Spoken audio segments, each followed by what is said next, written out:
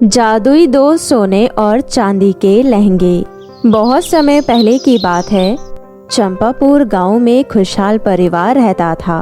परिवार में सीता अपनी माँ संगीता और अपने पिता हीरा के साथ रहती थी। सीता एक 12 वर्ष की बहुत ही खूबसूरत लड़की थी जो स्कूल में मन लगाकर पढ़ाई करती थी और सदैव दूसरों की सहायता करती थी। सीता अपने माता पिता से बहुत प्यार करती थी और वो सदैव अपने माता पिता का कहना मानती थी। सीता के पिता अपने पूर्वजों के खेतों में खेती किया करते थे, जबकि उसकी माँ ने एक कपड़े इस्त्री करने का स्टॉल खोल रखा था। इन सब कामों में सीता अपनी माँ संगीता और अपने पिता की सहायता करती थी। सीता प्रेस किए हुए कपड़े गांव वालों को देने जाती थी। प्रेस करके संगीता को जो भी रुपए मिलते हैं उसी से अपने घर चलाया करती थी। एक दिन सीता के घर उसकी सहेलियां घूमने के लिए आती है।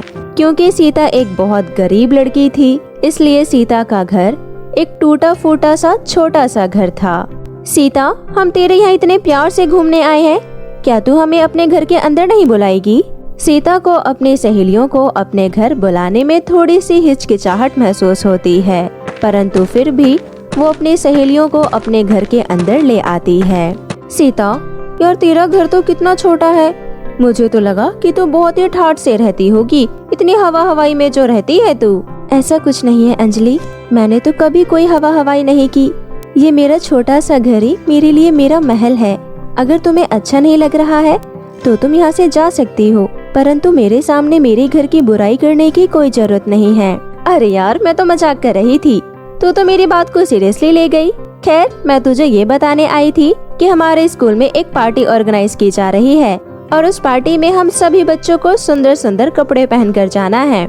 इसलिए मैंने आज ही अपने पिताजी से कहकर शहर से एक सुंदर सा लहंगा ऑर्डर किया है और वो शाम तक आ जाएगा। मैं तो तुझसे ये पूछने आई हूँ कि तू क्या पहन रही है पार्टी में? हाँ, मुझे पता है, मैं भी स्कूल में एक सुंदर सी ड्रेस पहन कर आऊंगी, तो तुम लोग इस बात की चिंता बिल्कुल मत करो। सीता को चिढ़ाने के लिए अंजलि उसे अपने लहंगे के बारे में बहुत बड़ा चढ़ाकर बताने लगती है। इतना कहकर अंजलि वहाँ से चली जाती है और यहाँ सीता को कुछ समझ नहीं आता कि वो अपनी माँ से अपने स्कूल की पार्टी के लिए लहंगा कैसे मांगे। बहुत सोचने के बाद सीता अपनी माँ के पास जाती है और कहती है, माँ, हमारे स्कूल में एक पार्टी ऑर्गेनाइज की जा रही है और उस पार्टी में सभी बच्चे सुंदर सुंदर लहंगा पहनकर आएंगे। माँ, मुझे भी एक सुंदर सा लहंगा दिलवा दो ना।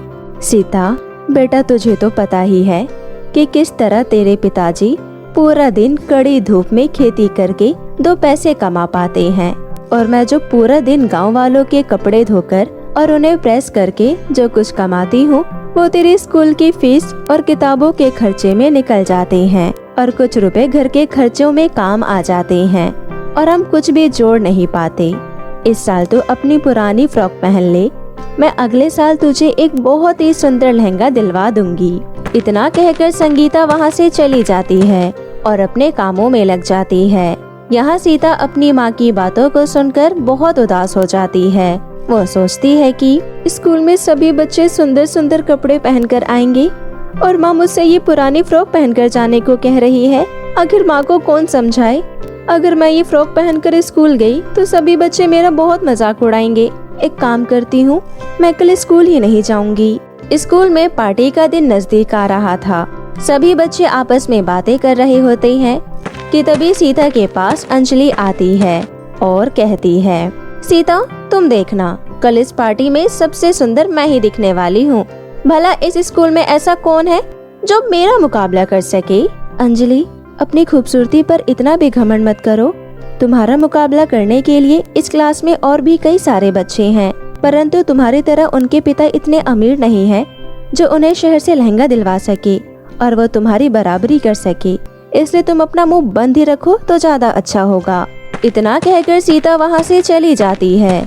सीता की स्कूल की छुट्टी होने के बाद सीता स्कूल की पार्टी के बारे में सोच रही थी और वो सोचते सोचते एक जंगल की ओर निकल जाती है। जंगल जाकर सीता एक नदी के किनारे बैठी होती है और वो दुखी होकर अपने आप से बातें करने लगती है। काश मैं इतनी गरीब ना होती तो आज मेरी माँ मुझे एक सुंदर सा लहंगा दिला देती वो लहंगा पहनकर मैं स्कूल की पार्टी में जाती और सभी लोग मुझे देखते ही रह जाते। परंतु मेरा नसीब ही खराब है। अब मैं इसमें क्या कर सकती हूँ। वो अंजलि की बच्ची कल स्कूल में बन ठन कर घूमेगी।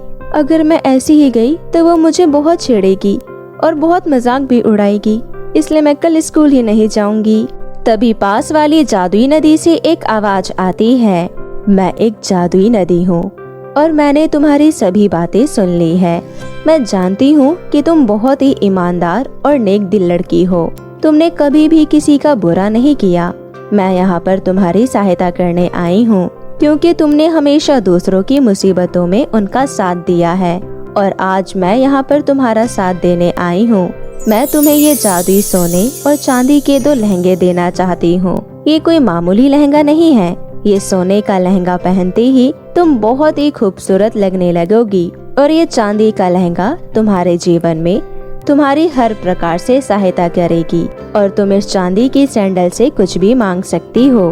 इतना कहकर वो अपने ऊपर 2 जादुई सोने और चांदी के लहंगे प्रकट कर देती है, जिन्हें देखकर सीता उन्हें उठा लेती है और वो पहला सोने का लहंगा पहन लेती है।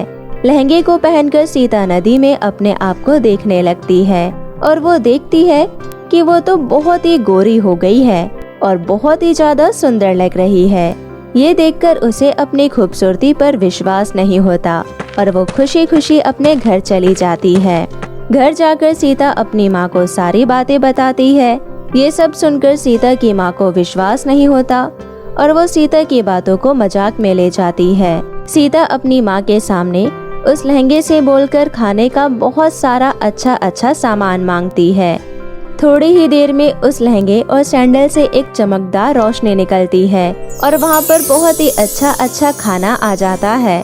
उस खाने को देखकर सीता की माँ को जादुई लहंगे के जादुई होने पर विश्वास हो जाता है। अगले दिन सीता जादुई लहंगे को पहनकर उस पार्टी में जाती है। पार्टी में सभी लड़कियां सुंदर सुंदर लहंगा पहनकर आई हुई होती है, परंतु उस पार्टी में सीता इतनी सुंदर लग रही होती है कि किसी की भी नजर सीता से नहीं हटती। ये सब देखकर अंजलि को बहुत जलन होती है, परंतु वो कुछ नहीं कर सकती थी।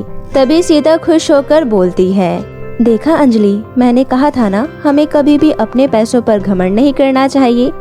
वक्त बदलते समय नहीं लगता। हाँ, तुम सही कह रही हो सीता, मुझे अपनी गलतियों पर पछतावा है। परंतु मुझे ये तो बताओ कि इतना सुंदर लहंगा तुम्हारे पास आया कहाँ से? अंजलि, मेरा ये लहंगा मुझे मेरी माँ ने अपनी मेहनत के पैसों से दिलाया है। सीता की बातें सुनकर अंजलि सीता से बिल्कुल भी निराश नहीं होती और दोनों सहेलियां आपस में पार्टी एंजॉय करती है। अब सीता को जब भी किसी चीज की कमी होती तो वह चांदी के सैंडल से मांग लिया करती। अब पूरा परिवार एक साथ मिलकर हंसी खुशी से रहने लगता है और अब अंजलि सीता को अपना दोस्त बना लेती है। इस तरह सीता का परिवार हंसी खुशी से रहने लगता है।